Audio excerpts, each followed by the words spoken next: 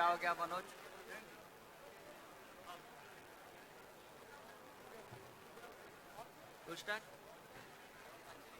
मुंबई में India alliance की जो बैठक कल से चल रही है वो आज अभी अभी खत्म हो गई। कल रात को, आज सुबह से इस देश के सभी प्रमुख नेता आपने देखे होंगे, लगभग सभी 28 पार्टीज के प्रमुख नेता, 6 राज्यों के मुख्यमंत्री इस बैठक में शामिल हो गए। ममता जी जल्दी चली गई है और अखिलेश यादव भी मीटिंग में थे कल से, वो भी जल्दी चले गए हैं।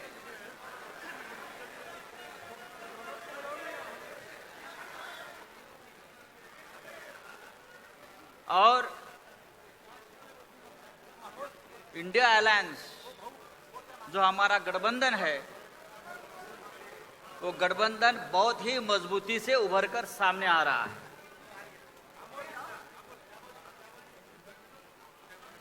यस,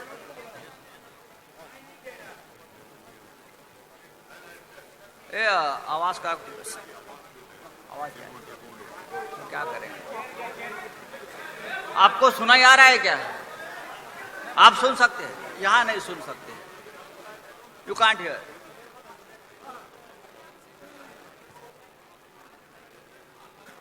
कल रात को और आज पूरे दिन 3 बजे तक लगभग सभी प्रमुख विषयों के ऊपर चर्चा हो गई। कुछ इंपॉर्टेंट रिजोल्यूशन भी हमने पास किए हैं और खास करके इंडिया अलायंस की coordination committee, 14 member coordination committee, उनका स्ट्रक्चर हो गया है। बाद में कैंपेन कमेटी है, working group of social media है, वर्किंग ग्रुप ऑफ मीडिया है और वर्किंग ग्रुप ऑफ रिसर्च है। ये 4 प्रमुख कमेटी का भी गठन हुआ है और सभी अलायंस पार्टी के मेंबर्स उस कमेटी में इंक्लूड कर दिए हैं। 2 पॉलिटिकल रिजोल्यूशंस भी है, उस बारे में आपको आदित्य ठाकरे जी बताएंगे। और जिस तरह से ये इंडिया गठबंधन की ताकत बढ़ रही है, जैसे मैंने कल कहा कि 2024 का चुनाव हम जीतने जा रहे हैं, और मैंने ये भी कहा गठबंधन की तरफ से अब इंडिया को हराना मुश्किल ही नहीं, नामुमकिन है। इस प्रकार का एक मजबूत गठबंधन हमने बनाया है।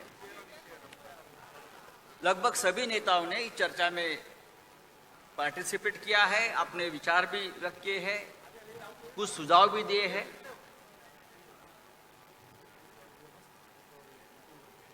प्रमुख नेता आपसे डायलॉग करेंगे, उसके बाद आपके सवाल, बहुत ही सिलेक्टेड सवाल के जवाब दिया जाएगा, लेकिन ये आधा घंटे के ऊपर ये प्रेस कॉन्फ्रेंस नहीं चलेगी, आपको मैं बताना चाहता हूं। कमेटी का पूरा जो ब्यौरा है या पूरी कमेटी है, उसका लिस्ट आपको दी जाएगी, यहाँ पढ़ने की जरूरत नहीं है। लेकिन जो मेन कमेटी है, कोऑर्डिनेशन कमेटी, 14 मेंबर, सिर्फ उसके नाम मैं आपके सामने पढ़ लेता हूं। Shri K C. Venugopal, Indian National Congress, Shri Sharad Pawar ji, NCP, Shri T R. Baalu, DMK, Shri Hemant Soren, Jharkhand Mukti Morcha, Shri Sanjay Raut, Shiv Sena, Shri Tejashwi Yadav, RJD, Shri Abhishek Banerjee, TMC, Shri Raghav Chadha, already given, okay, print out already given, मुझे लगता है अब पढ़ने की जरूरत नहीं है। मैं अभी, यू आर नॉट रिसीव्ड, तो ठीक है। Tejashwi Yadav RJD, Abhishek Banerjee TMC, Raghav Chadha AAP, Javed Ali Khan Samajwadi party, Lalan Singh Janata Dal united, D Raja CPI, Omar Abdullah National Conference, Mehbooba Mufti PDP, CPI M का नाम आ जाएगा, लेकिन बाकी जो कमेटी के जो नाम है आपके पास आ जाएंगे। मैं अब आज के जो स्पीकर्स हैं, मैं रिक्वेस्ट करूंगा इंडियन नेशनल कांग्रेस के अध्यक्ष हमारे नेता मल्लिकार्जुन खड़गे साहब को कि आप, सॉरी मैं नाम तो आपने दिया है, हाँ, मैं इस आज के इंडिया बैठक के होस्ट, 2 दिन से जो आप देख रहे हो ये पूरा मीटिंग का लीडरशिप, पहले रेजोल्यूशन आप कर रहे हो,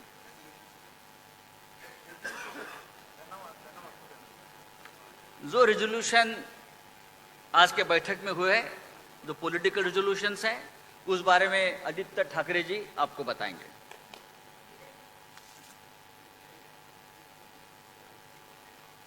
नमस्ते, जय हिंद। आज इंडिया पार्टीज ने 3 रेजोल्यूशंस पारित करे हुए हैं, उसको मैं पढ़ के दिखाता हूं। पहला रेजोल्यूशन ये है कि we the India parties hereby resolve to contest the forthcoming Lok Sabha elections together as far as possible. Seat sharing arrangements in different states will be initiated immediately and concluded at the earliest in a collaborative spirit of give and take. दूसरा resolution ये है, we the India parties hereby resolve to organize public rallies at the earliest in different parts of the country on issues of public concern and importance. और तीसरा resolution ये है, we the India parties hereby resolve to coordinate our respective communications and media strategies and campaigns on the theme of Judega Bharat, Jeetega India in different languages. Thank you. Jai Hind.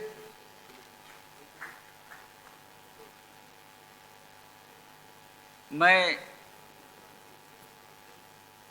इस India meet के host Shiv Sena supremo Uddhav Thackeray ji से विनती करूंगा कि आप opening remarks शुरुआत करें।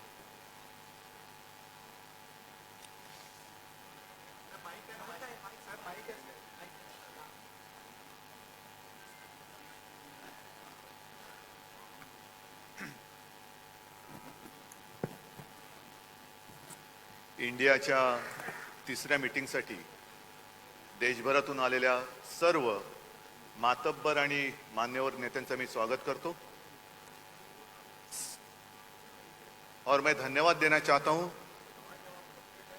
आज 3री मीटिंग संपन्न हुई और दिन ब दिन इंडिया मजबूत होते जा रहा है। ये बात भी सच है कि जैसे जैसे हम करीब आते जा रहे हैं, एक कदम आगे बढ़ते जा रहे हैं, तो इंडिया के विरोधी दल में घबराहट हो रही है। पहले हमें पूछा जा रहा था कि विपक्ष की एकजुट, और उसी वक्त हमने कहा था कि विपक्ष की एकजुट में नहीं मानता, हम सारे लोग देश प्रेमी हैं और हमारी एकता देश प्रेमियों की एकता है। और हमने हमारे अलायंस का जो नाम लिया है इंडिया, तो अब इंडिया के विपक्ष, इंडिया के विरोधी जो है, आप सभी जानते हैं वो कौन है। आज की मीटिंग में अच्छी चर्चा हुई, अच्छे डिसीजन लिए गए, कुछ कमिटीज बनाई गई और हम सारे लोगों ने तय किया है आने वाले चुनाव में हम तानाशाही के खिलाफ लड़ेंगे, हम जितने से जुमलेबाज है उनके खिलाफ लड़ेंगे, हम भ्रष्टाचार के खिलाफ लड़ेंगे। और एक बात मैं जब बताना चाहता हूं कि हम मित्र परिवार के खिलाफ भी जरूर लड़ेंगे। और इसलिए कि मैं बंगलोर में कहा था, भारत मेरा परिवार है, हम सब भारतीय हैं, तो सारा भारत मेरा परिवार है। परिवारवाद की अगर करें तो भारत परिवार छोड़कर इलेक्शन चुनाव दरमियान एक ना होता है, मैंने सुना था उस वक्त, सबका साथ सब विकास। चुनाव जीतने के बाद जिनको ने साथ दिया सब लाभ और अपने मित्रों का विकास, ये मित्र परिवारवाद अब हम चलने नहीं देंगे। और ये लड़ाई दिन ब दिन तेज होती जाएगी। जनता जो गरीब है, एक डर है, में डर है क्या होगा अब सेशन नहीं जा रहे, क्यों आए हैं, क्या होगा? आदि कुछ एक घोषणा होती है, आज से ये बंद, से ये चालू, तो ये डर है। सब लोगों को हम एक विश्वास लाना चाहते हैं कि ये मत, भय मुक्त भारत के लिए हम सारे लोग इकाए हैं और मुझे पक्का विश्वास है आपसे तो साथ में है कि आप भी देख रहे हैं, आपके माध्यम से बहुत सारी खबरें हम देख रहे हैं, सुन रहे हैं। गैस सिलेंडर 200 रुपए से सस्ता किया, लेकिन बीच में 1000 रुपया महंगा किया, मतलब 5 साल लूट और इलेक्शन के वक्त छूट। तो ये सारी नीति अब हम बर्दाश्त नहीं करेंगे। गैस सिलेंडर सस्ता किया, लेकिन उसके ऊपर पकाएंगे क्या? दाल महंगी होती जा रही है, चावल, ये वो सब रसोई की चीजें वो महंगी होती जा रही है। तो ऐसे बहुत सारे मुद्दे हैं, इस विषय पर हम सारे एकमत होकर लड़ेंगे। और जो हमने नारा दिया है, जुड़ेगा भारत जीतेगा इंडिया, वो इंडिया और भारत को हम जिताएंगे, जरूर जिताएंगे। और ये लड़ाई सिर्फ हम लोगों की नहीं, आप सभी की और देश के हर नागरिक की है। और सबको इस लड़ाई जीतने के लिए शुभकामनाएं देता हूं। जय हिंद, जय महाराष्ट्र।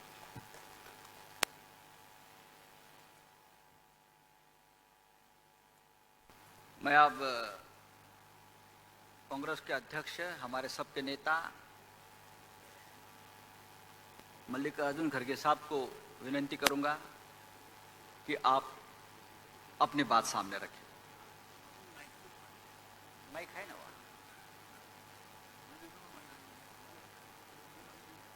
वहाँ माइक है, लेकिन साहब आ जाओ, माइक कंफर्टेबल।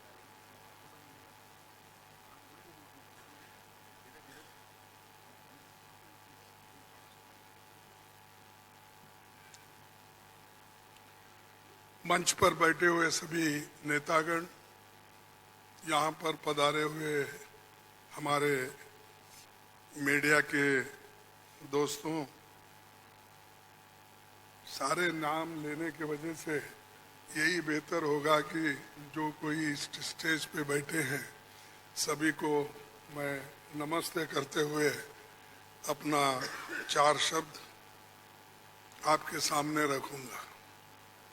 आज की ये जो बैठक हुई, ये बहुत ही ठीक ढंग से सभी पार्टियों ने मिलके चलाया। इसका उद्देश्य क्या था, ये तो उद्धव ठाकरे जी ने कहा है और हम इसकी कोशिश बहुत दिन से कर रहे हैं। जब मैं बेंगलोर में था, उस वक्त भी जो वहाँ पर मीटिंग हो गई थी, इससे पहले पटना में हो गई थी। उसके पहले तैयारी के लिए हमने मेरे घर पर भी राहुल साहब और नीतीश साहब, तेजस्वी और हमारे पवार साहब सभी मिलके एक बार बात किए। उसका एक ढांचा बना। उसके बाद जो नीतीश साहब के पटना में पहला मीटिंग हुआ, उस मीटिंग में एक एजेंडा तय करने की बात हो गई और उसके बाद में बेंगलुरु का हुआ। अब यहाँ पर मुंबई में आज सभी लोग मिलके अपनी बात को रखे और खास करके सभी को एक ही, सबका उद्देश्य एक ही है कि महंगाई को कैसा कम करें, इसके लिए कैसा लड़े, अनएम्प्लॉयमेंट के लिए कैसा हम लड़े। और इतने प्राइसेस जो बढ़ रहे पेट्रोल और डीजल के, और खास करके मोदी जी हमेशा 100 रुपए बढ़ाते हैं, 2 रुपए कम करते हैं। अब पेट्रोल की, एलपीजी की जो दाम थी वो मोर और लेस डबल हो गई, लेकिन उन्होंने उसमें से सिर्फ 200 रुपए कम किया, यानी 700 बाकी रहा। यानी पहला जो 55 रुपए में एक सिलेंडर मिलता था, उसको उन्होंने अभी भी 70 रुपए में ही 70-75 में रखा, यानी कोई कम नहीं हुआ। पहले जो था उससे ज्यादा बढ़ाए थे, उसको थोड़ा कम कर, लेकिन इससे लाखों रुपए उन्होंने कमाया। ये तो गरीबों से चोरी कर दिए और गरीबों के जो काटे और लोगों को दिखाने के लिए 100-200 रुपए कम करना और कहना कि मैं गरीबों के लिए काम कर रहा हूं। मोदी साहब गरीबों के लिए कभी भी काम नहीं करेंगे, ये यकीन मैं दिलाता हूं, क्योंकि उनकी हमेशा यही रणनीति रही है कि गरीबों के खिलाफ काम करते हैं। बड़े बड़े उद्योगपति के साथ वो मिलजुल के चलते हैं। और यहाँ पर तो कल ही एक रिपोर्ट आपके सामने राहुल गांधी जी ने रखा था, अडानी की संपत्ति बढ़ गई कैसी, बढ़ाए कौन, और कैसा आज कम से कम 75,000 करोड़ रुपए गरीबों के जो पैसे थे उनके जेब में कैसा गया, ये सारी चीजें उन्होंने बताया। तो ये जो है, इसके खिलाफ लड़ने के लिए जो बड़े बड़े सरमाएदार है और उनको जो पैसा जा रहा है हमारा गरीब का, तो उसको रोकने के लिए इंडिया जीतना जरूरी है। और इंडिया जीतने के लिए ही इस मंच पे सभी लोग बैठे हैं।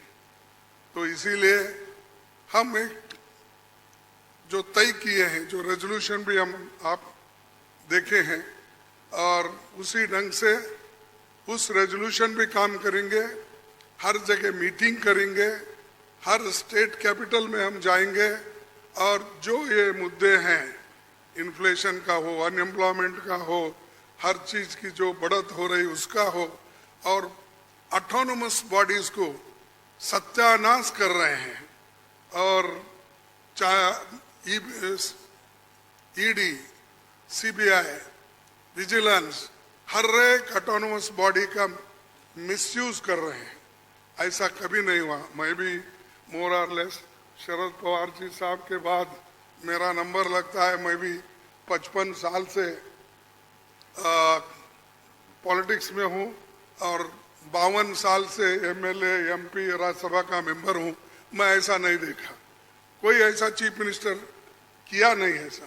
लेकिन आज मोदी सडनली और एक बात की कि बिजनेस एडवाइजरी कमेटी को नहीं पूछे, अपोजिशन लीडर को भी नहीं बुलाए, किसी को बुलाए बगैर वो पार्लियामेंट का डेट देकर स्पेशल सेशन बुला रहे हैं। अरे स्पेशल सेशन, मणिपुर जल रहा था तो आपने नहीं बुलाया, कोविड के वक्त नहीं बुलाया, जब आप चाइना अपनी जमीन हड़प कर ले रही है, कब्जा कर ली है, उसके लिए नहीं बुलाया। लोग तंग और तबाह, इसमें ये हमारा नोटबंदी के वक्त परेशान थे, माइग्रेंट वर्कर परेशान, उस वक्त नहीं बुलाया। जब जब मुल्क अपने मुश्किल में रहता उस वक्त उन्होंने कभी नहीं बुलाया। अब क्यों बुलाया मुझे मालूम नहीं, आज का एजेंडा क्या है उनका मालूम नहीं। तो ये देश चलाने की रीत नहीं है, ये आहिस्ता आहिस्ता डिक्टेटरशिप की तरफ जा रहे हैं। और ये ध्यान में रखना चाहिए कि कभी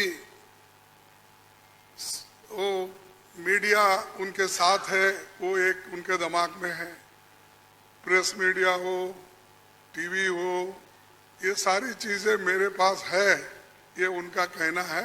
और हमको कभी कभी ऐसा दिखता भी है, माफ करो क्योंकि मैं ऐसा बोल रहा हूँ समझ के, आप गुस्से में आके हमारे खिलाफ मत लिखो। तो जो कुछ है वस्तु स्थिति, आपको भी मुंह को ताला लगाया, हाथ बंद दिए आपके भी लिखने के, ये सारी चीजें कर रहे हैं और आहिस्ता आहिस्ता डिक्टेटर के तरफ वो जा रहे हैं। तो हम इसके खिलाफ लड़ने के लिए, उनके विचारधारा के खिलाफ लड़ने के लिए, उनके जो कुछ भी ये करप्शन, बड़े करप्शन, उनके जो इंस्टीट्यूशनल करप्शन होते हैं, ऐसा छोटा मोटा करप्शन वो नहीं करते, लोगों को नहीं दिखना वो पूरा। लेकिन सीएजी रिपोर्ट में दिखाया है कितने करोड़ घपले हो गए हैं। तो उनका करप्शन इनविजिबल है और वो हमेशा अपनी बात ये कहते हैं कि मैं ये किसी को न खाऊंगा न किसी को खाने दूंगा। लेकिन खाने तो सबको दे रहे हैं, अपने को जो चाहते हैं उनको तो दे रहे हैं, लेकिन लोगों को भूखे मार रहे हैं, लोगों को कुछ नहीं दे रहे। तो इसके लिए हम आवाज उठाए और उसके तहत हम काम करना है। आगे भी हमारी कहाँ मीटिंग होगी हम तय करने वाले हैं, जल्द से जल्द वो भी मीटिंग होगी। और बाकी के जो विषय हम आपके सामने रखे मुद्दे, उनके ऊपर हम लड़ते रहेंगे। वो डराने की कोशिश करते हैं, हम डरेंगे नहीं, ये हमारा वायदा है। और हम हमेशा लड़ते रहेंगे और जीतते रहेंगे। और आज मुंबई में जो हमारे महाराष्ट्र विकास आघाड़ी जो ये स्टेप लेकर हमको बुलाए हैं, उद्धव जी लीड लिए हैं और बाकी कांग्रेस पार्टी और एनसीपी सभी ने मिलके ये जो एक यहाँ पर कार्यक्रम रखा और बहुत यशस्वी हुआ। इसलिए मैं उन महाराष्ट्र विकास आघाड़ी के सभी नेताओं को धन्यवाद देता हूँ और आप सभी को भी मैं धन्यवाद देता हूँ, क्योंकि आगे की और भी मीटिंग्स हैं, वो डेट टाइम सभी बताएंगे और कहाँ मीटिंग हमारी होगी। बहुत से 5-6 जगह पब्लिक मीटिंग होगी, वो भी हम आपको बताएंगे और काम करते रहेंगे और मजबूती के साथ काम करते रहेंगे। इसको ढीला करने की कोशिश मोदी जी कितना भी कोशिश करे, हम वो डरने वाले नहीं है। इसीलिए मैं इतना ही कहूँगा कि उन्होंने तो हमेशा मोदी जी झूठ बोलते ही रहते हैं, लेकिन लोग उनको सच समझते हैं। लेकिन अभी भी मराठी में कहावत है, खोटा बोला पण रेटून बोला, तो ऐसा उनका है। इसीलिए सब झूठ बोलते जाते हैं, लोगों में भ्रम डालते हैं। तो वो सबको हमको एक्सपोज करना है, हम करते रहेंगे। धन्यवाद।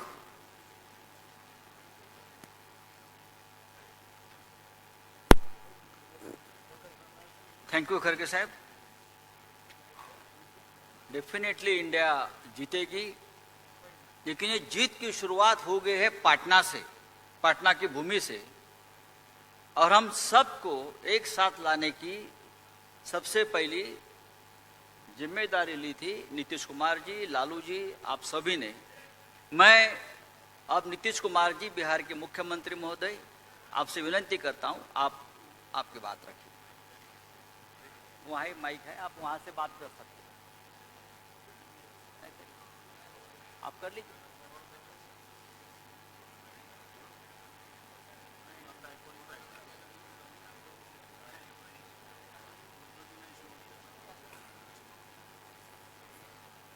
तो आप सब लोगों को मालूम है कि आज तीसरी मीटिंग हुई है। इसके पहले 2 मीटिंग हो चुकी है और सबके बारे में आपसे चर्चा की जा चुकी है और बहुत अच्छे ढंग से कल से ही बातचीत हुई और आज मीटिंग हो गई। और पहले आपको चीज़ों के बारे में अनाउंस कर दिया गया कि इन सब चीज़ों के बारे में तय हो गया है और अब नियमित रूप से अब जगह जगह जा करके हम लोग अपना प्रचार प्रसार का काम करते रहेंगे। तो ये सब आज तय हो गया, इसलिए इसके बारे में आपको बता दिए और बड़ी खुशी की बात है। और अब आप समझ लीजिए कि जितनी पार्टियां एकजुट होकर के काम कर रही हैं, तो आप अच्छी तरह जान लीजिए कि अब इसी का नतीजा होगा कि अभी जो केंद्र में हैं अब वो हारेंगे, अब वो जाएंगे, ये पक्का जान लीजिए। और अभी आपको बताया गया कि कैसे मीडिया पर ही कब्जा कर लिया, कोई भी दूसरे की बात कम छपता और ज्यादातर उन्हीं की बात छपते रहती। कितना काम पहले हुआ है, अलग अलग राज्यों ने कितना काम किया है दूसरे पार्टियों ने, उसका कम छपता है। ये कम करते हैं और ज्यादा छपता रहता है। तभी तो आप लोगों पर कब्जा न है जी, तब तो उपाय है।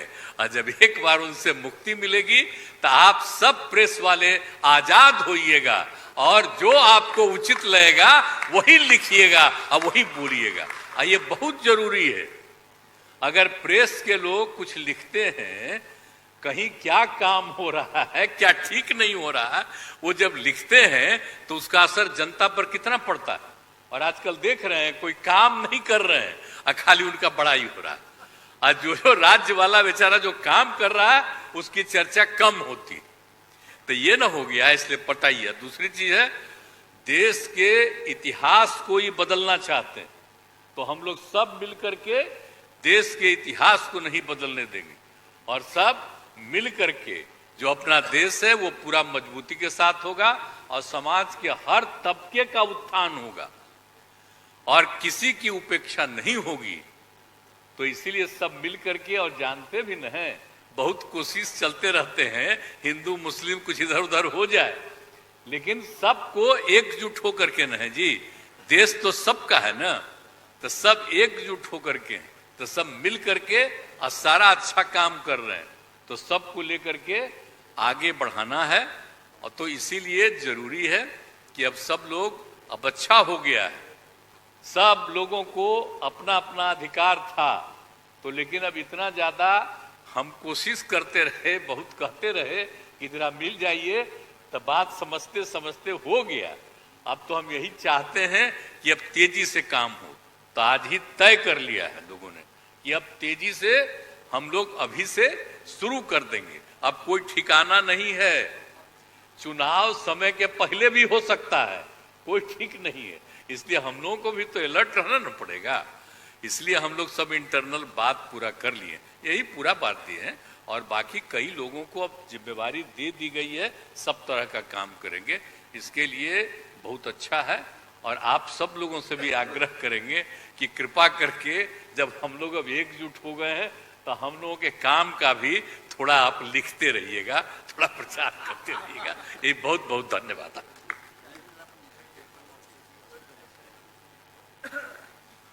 Honorable Chief Minister of Tamil Nadu, I request you to express your views. Stalin Saab.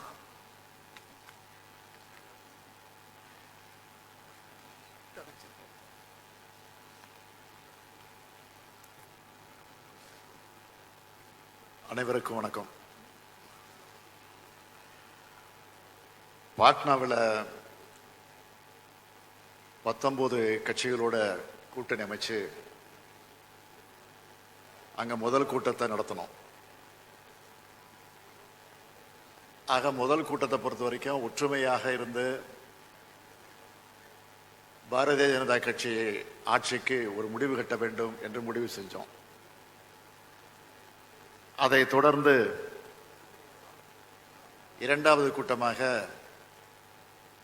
பெங்களூரில் நடத்தினோம்.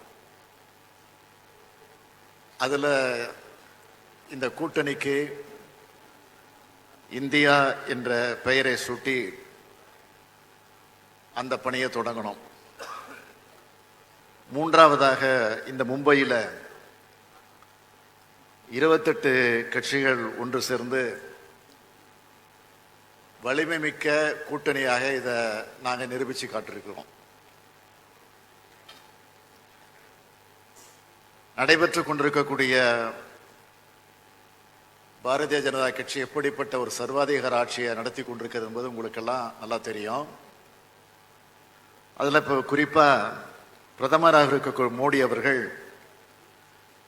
எங்கே போனாலும், அது அரசு நிகழ்ச்சியாக இருந்தாலும் சரி, கட்சி நிகழ்ச்சியாக இருந்தாலும் சரி, அல்லது தனிப்பட்ட எந்த நிகழ்ச்சிக்கு போனாலும் அங்கெல்லாம் இந்த 9 வருஷமா செஞ்சிருக்கக்கூடிய சாதனைகளை பற்றி சொல்ல முடியாம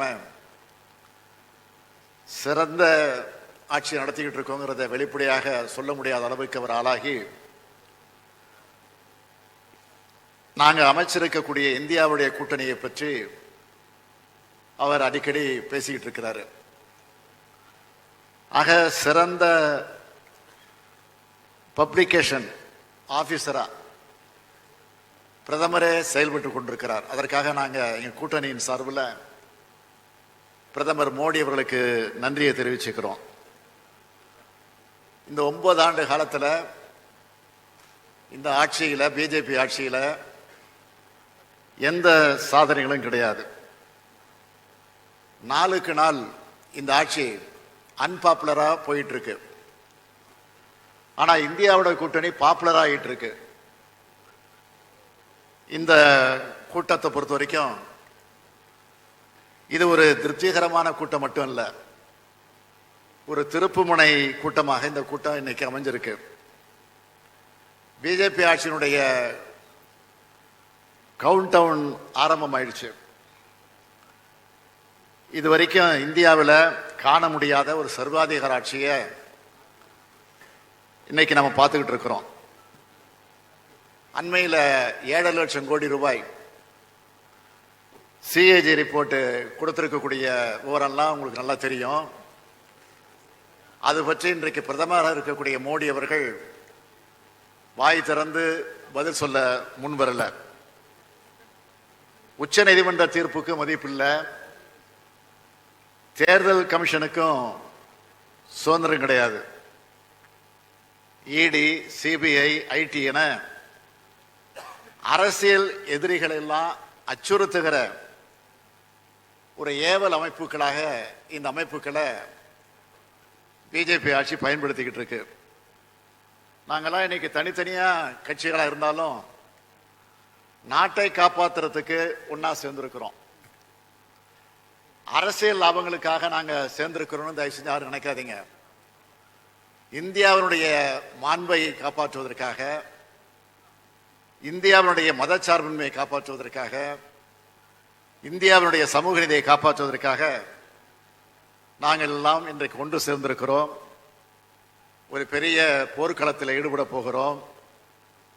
அப்படி ஈடுபடக்கூடிய அந்த போர்க்களத்திற்கு நீங்கள் எல்லாம் எங்களுக்கு பக்கபலமாக இருக்கணும், துணை நிற்க வேண்டும் என்று என்னுடைய அன்பான வேண்டுகோளை இந்த நேரத்தில் எடுத்து வச்சு இந்த கூட்டத்தில் கலந்து கொண்டு உங்கள் அனைவரையும் சந்திக்கிற வாய்ப்பை பெற்றமைக்கு மீண்டும் ஒரு முறை என்னுடைய நன்றியை தெரிவித்து விடைபெறுகிறேன். நன்றி, வணக்கம்.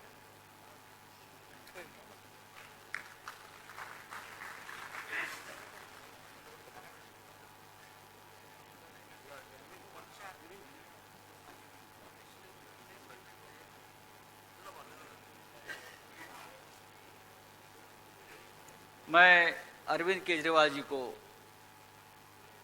आमंत्रित करता हूं।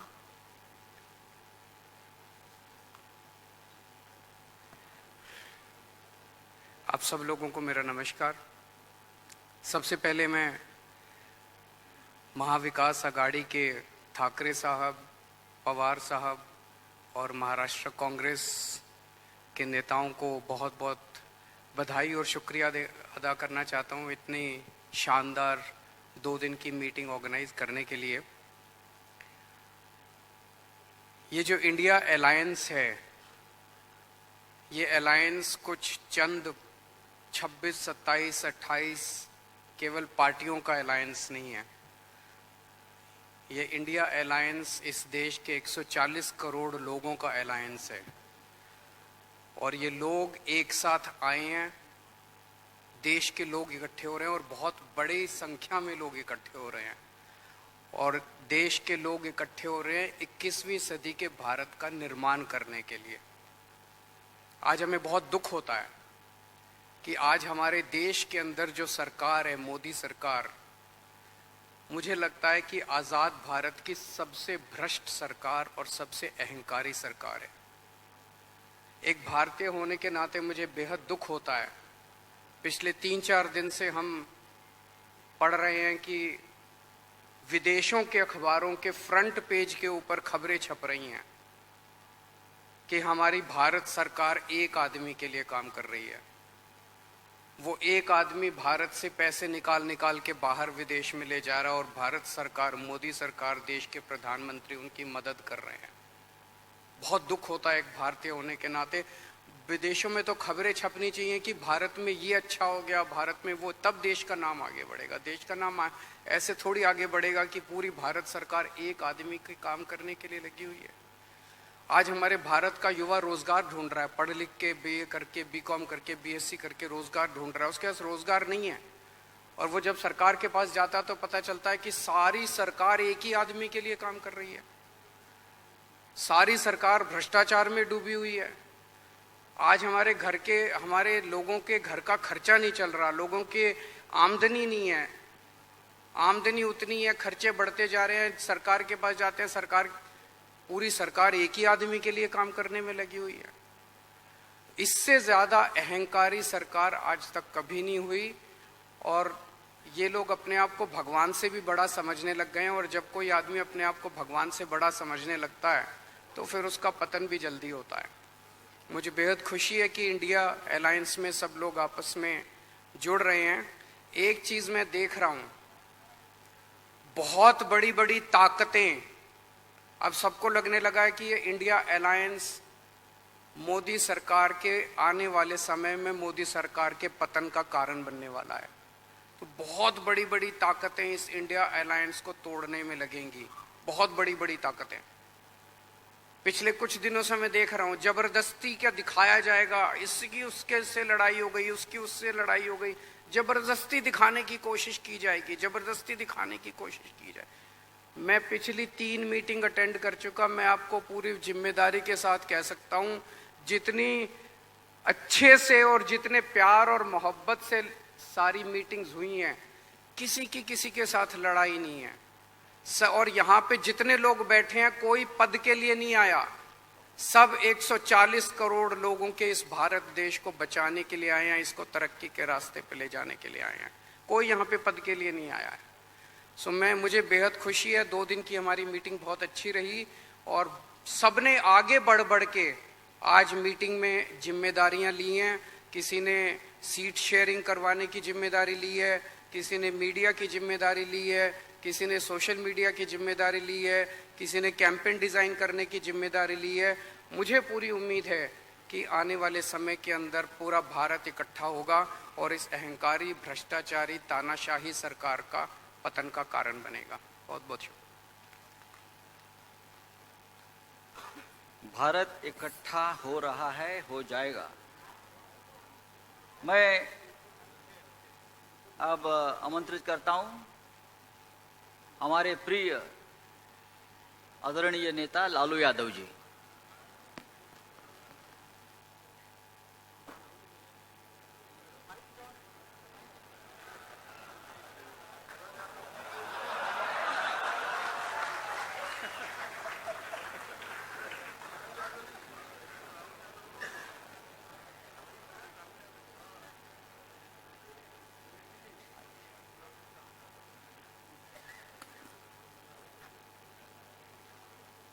कांग्रेस पार्टी के अध्यक्ष जी शरद पवार जी,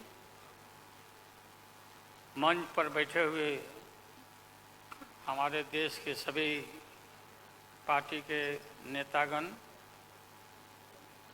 मोदी के पार्टी को छोड़ के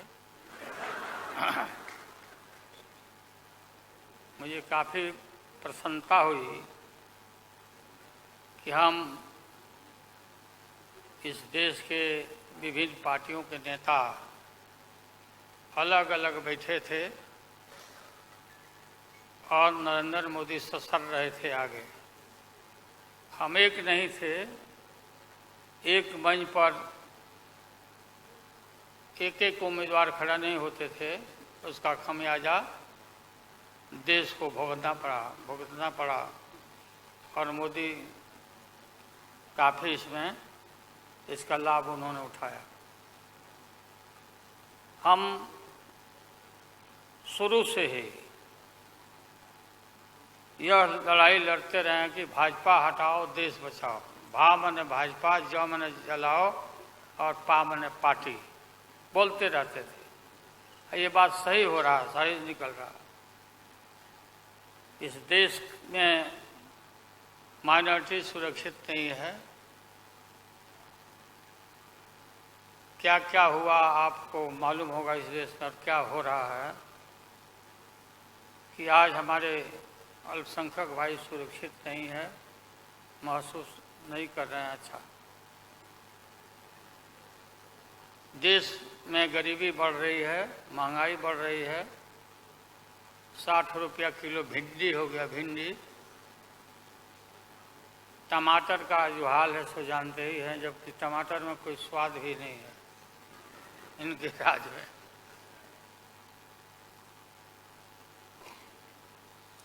लगातार लड़ाई लड़ते लड़ते हम लोग आज इस मुकाम पर आए हैं कि अब हम सब पटना, बंगलोर और महाराष्ट्र, यहाँ मुंबई में ये मीटिंग के बाद अब एक निष्कर्ष पर हम लोग पहुँचे हैं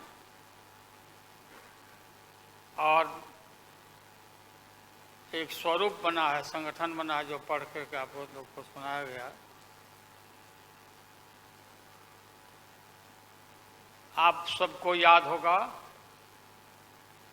कि कितना झूठ बोल करके, कितना अफवाह फैला करके इस सत्ता में लोग आए थे। मेरा भी नाम उस समय और देश के नेताओं का नाम इन लोगों ने यह प्रचारित किया था कि इन लोगों का पैसा स्विस बैंक में जमा है, स्विस बैंक में।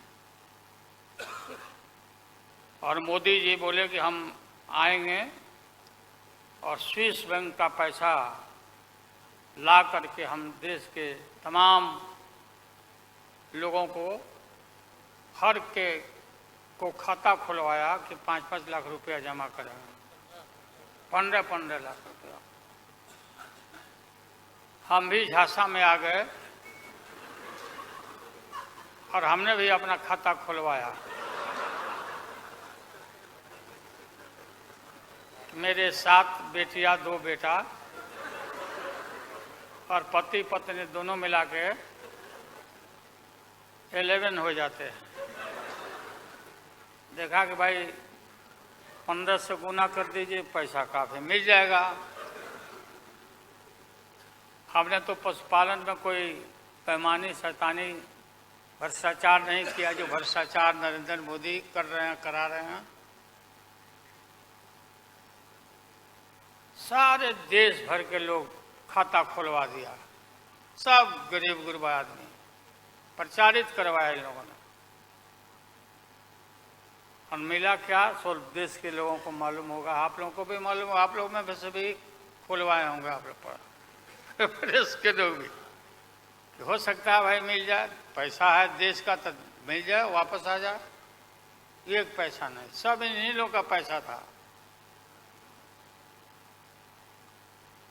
अभी काफी जय जयकार हो रहा, होना चाहिए, वैज्ञानिकों का होना चाहिए। चंद्रयान पर लोग गए, सब घूमे फिरे लोग, हमारे वैज्ञानिक, देश का नाम ऊंचा हुआ।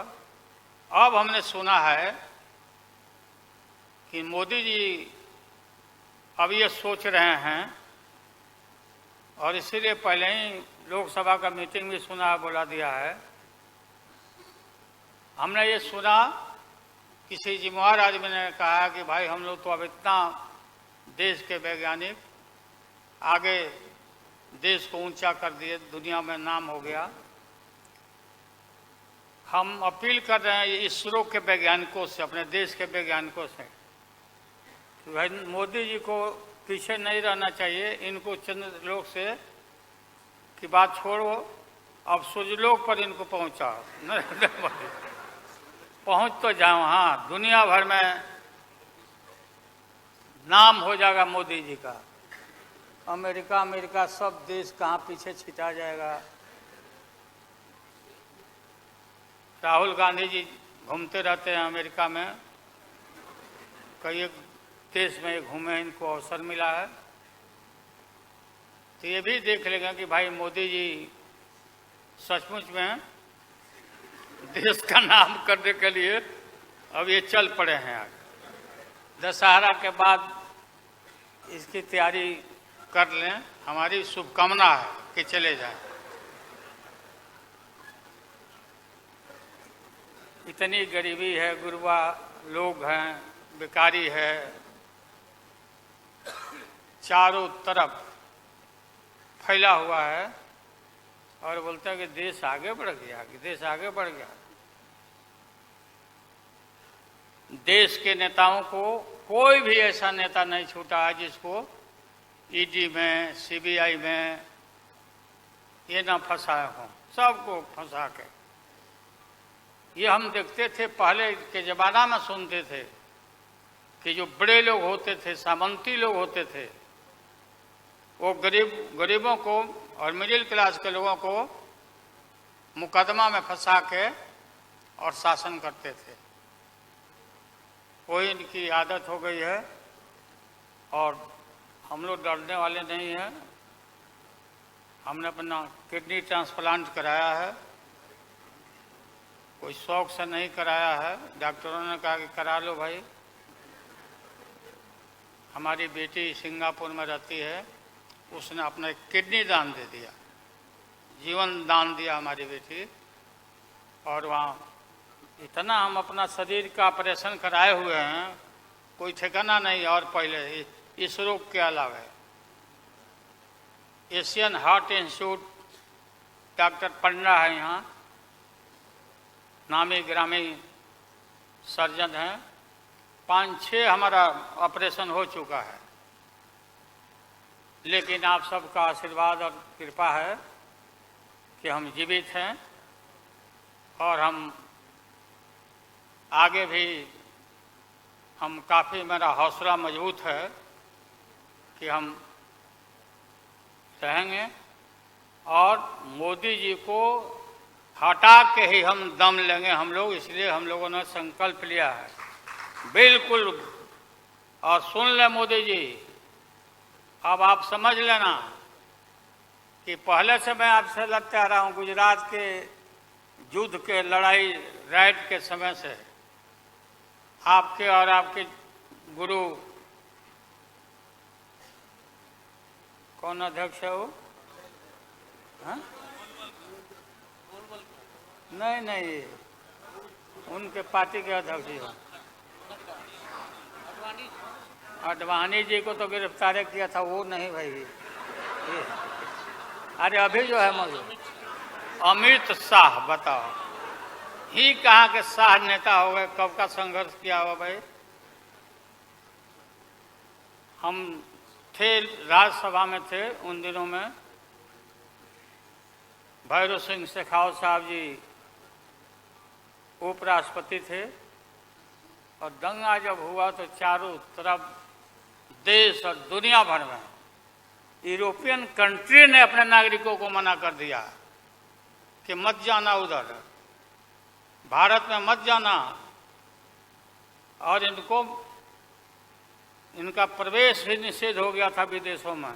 आप सब लोगों को मालूम है किस तरह का इनका इतिहास रहा है।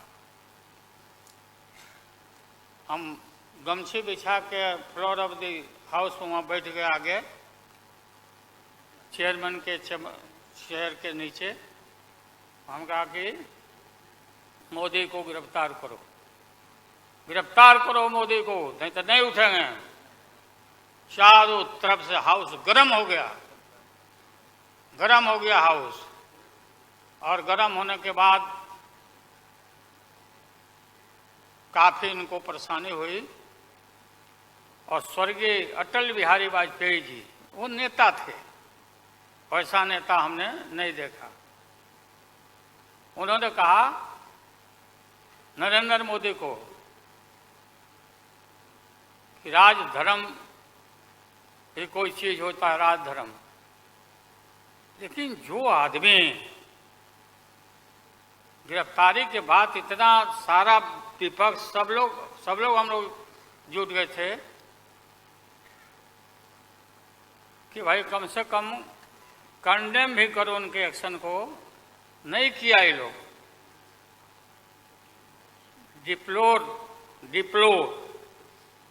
डिप्लोर मतलब किया कि वो भी नहीं, अंदर से नहीं निकला इन लोगों को कि हम निंदा करें। इतने बड़े नरसंहार हुआ था, क्या क्या हुआ उसको दोहराने की जरूरत नहीं है।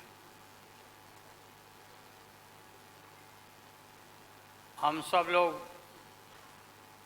ज़्यादा भाषण नहीं, भाषण का तो मेरा,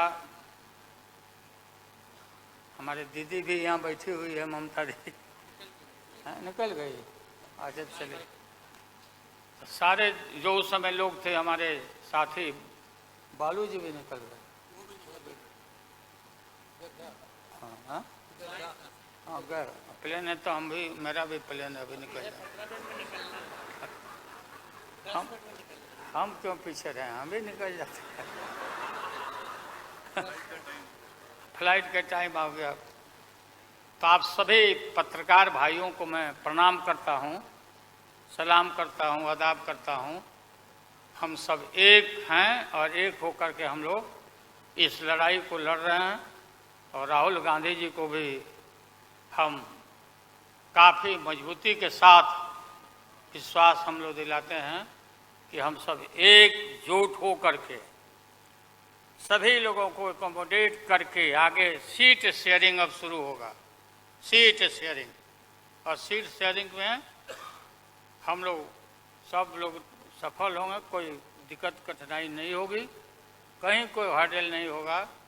अपना कुछ नुकसान करके भी हम लोग इंडिया को, ये संघ है, हम लोग जिताएंगे और मोदी को हटाएंगे और देश को बचाएंगे। सभी लोगों को नमस्कार, जिंदाबाद, सब प्रणाम है। क्या चलो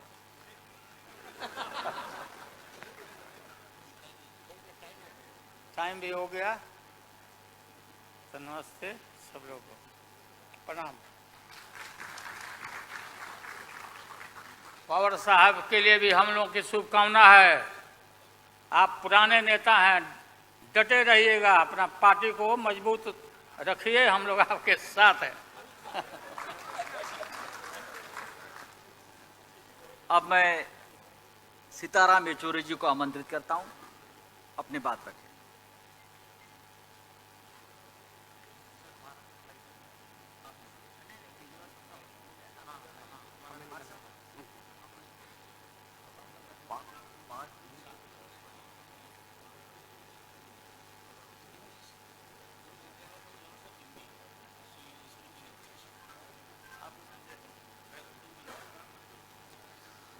Well, you've all heard our leaders speak in Hindi, so you want me to speak in English or should I also continue in Hindi?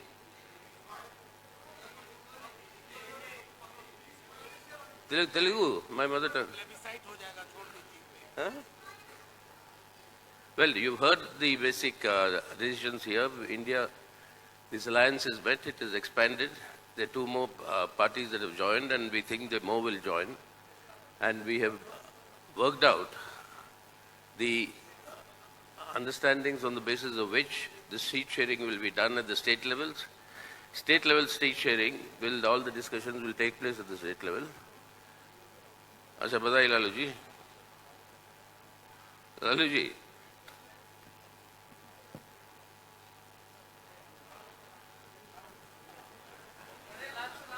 लाल सलाम कह रहे हैं ये, that's the spirit of India. Lalu ji is saying Lal Salam to me, and I am saying Jai Hind to him. So that at the state level, we'll work out the adjustments, seat adjustments, etc. State to state, it will vary. But the general overall understanding is very clear. We are all united here in order to save the character of the Indian Republic, which is the secular democratic republic, to save its constitution, to save democracy, and particularly to uphold the guarantees that have been given by the Indian Constitution to all our citizens, irrespective of, I quote, caste, creed, or sex. That equality for all and justice, that is economic, social, and political, that justice for all, that must be ensured. If all this has to be done, then the BJP must be kept away from controlling the government and state power. So that is the objective with which we've all come together. Now you'll be seeing many things happening, as in when this grouping gets more consolidated. The first time when we were meeting in Bangalore, suddenly the NDA was resurrected. This time when we came to Bombay, suddenly the 200 rupees was reduced to the gas cylinder. You heard about how much it was increased then. And while we were meeting here came the announcement of a special session of Parliament. And what gimmickry will follow from there, what will be done, that we'll have to wait and see. So it's very clear that the Modi government and the BJP is rattled by this coming together of all the secular forces and the secular parties. And that in itself is a signal for the march towards victory that India will make with all our leaders coming together. And we propose to consolidate this further with a series of public meetings spanning across the country, and that will from all parts of the country ranging out. So now from this meeting we are reaching out to the people. We are already with the people, but we'll be reaching out to the people through public actions and action programs, and that will be further strengthened in the days to come. So that is in addition to what has already been told here. We only think in the coming months you'll see more